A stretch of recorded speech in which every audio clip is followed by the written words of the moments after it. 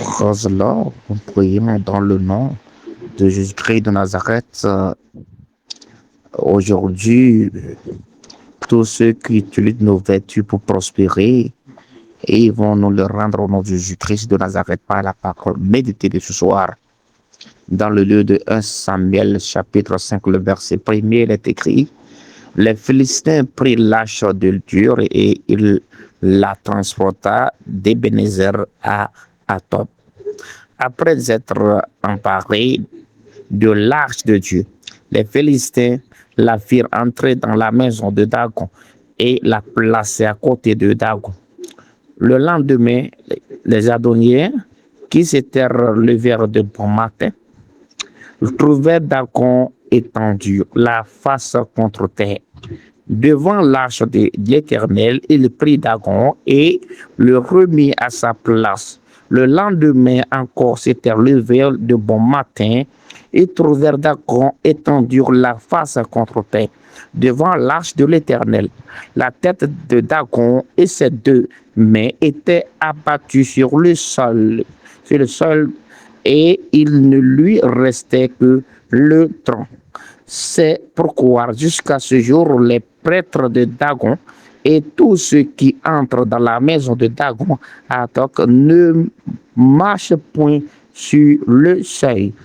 Alors cela voudrait dire qu'aujourd'hui, ceux qui ont pris quelque chose de nous, c'est-à-dire, comme dans Matthieu 27, 1er, Judas avait vendu Jésus, il a su qu'il a vendu sang et le sang, il est parti jeter l'argent avec laquelle il a vendu Jésus. Alors, les rituels qu'ils ont fait à nos noms, sur lesquels ils ont pris nos vertus pour prospérer, ils ont pris notre gloire aujourd'hui. Dans n'importe quel hôtel satanique où ils ont déposé, ils ont fait ces rituels aujourd'hui. Ces rituels, ces démons, ces hôtels sataniques vont prendre feu parce que et la gloire d'Israël, c'était la présence de Dieu au milieu de son peuple. Parce que dans Exode 24, 16, on dit, la veuve de Phiné se préoccupait à la juste, c'est-à-dire de retrait de la gloire de Dieu. C'est la raison pour laquelle, de même que les chrétiens de la Nouvelle Alliance doivent s'inquiéter et de la présence, de la puissance, la sainteté et les dons de l'esprit font défaut. Alors cela voudrait dire que la parole de Dieu constitue est accompagnée de la grâce de don sur lequel aujourd'hui tout ce que le diable nous avait accaparé, ils vont nous les rendre parce que Dieu a fait en sorte que et les enfants d'Israël, ils ont reçu la victoire. Et le verset 10, on dit, alors il envoyait l'arche de Dieu à Égon.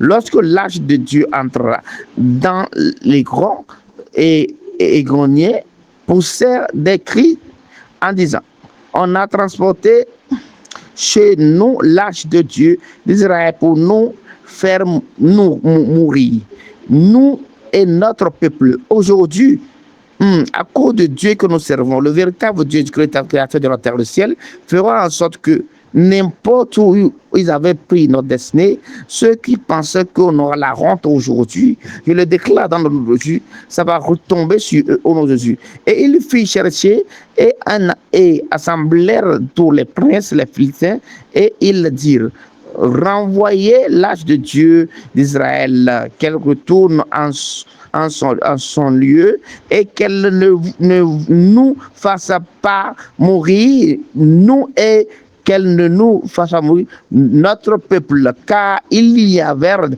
dans toute la ville une terreur mortelle. La main de Dieu s'y apesantait, apesantissait fortement. Alors les gens qui ne mouraient pas étaient frappés d'hémorroïdes et les cris de la ville montaient jusqu'au ciel. Aujourd'hui, le Seigneur va nous racheter. Il va faire périr les ennemis qui nous entourent. Dans le nom puissant de Jésus-Christ de Nazareth par la grandeur divine. Amen.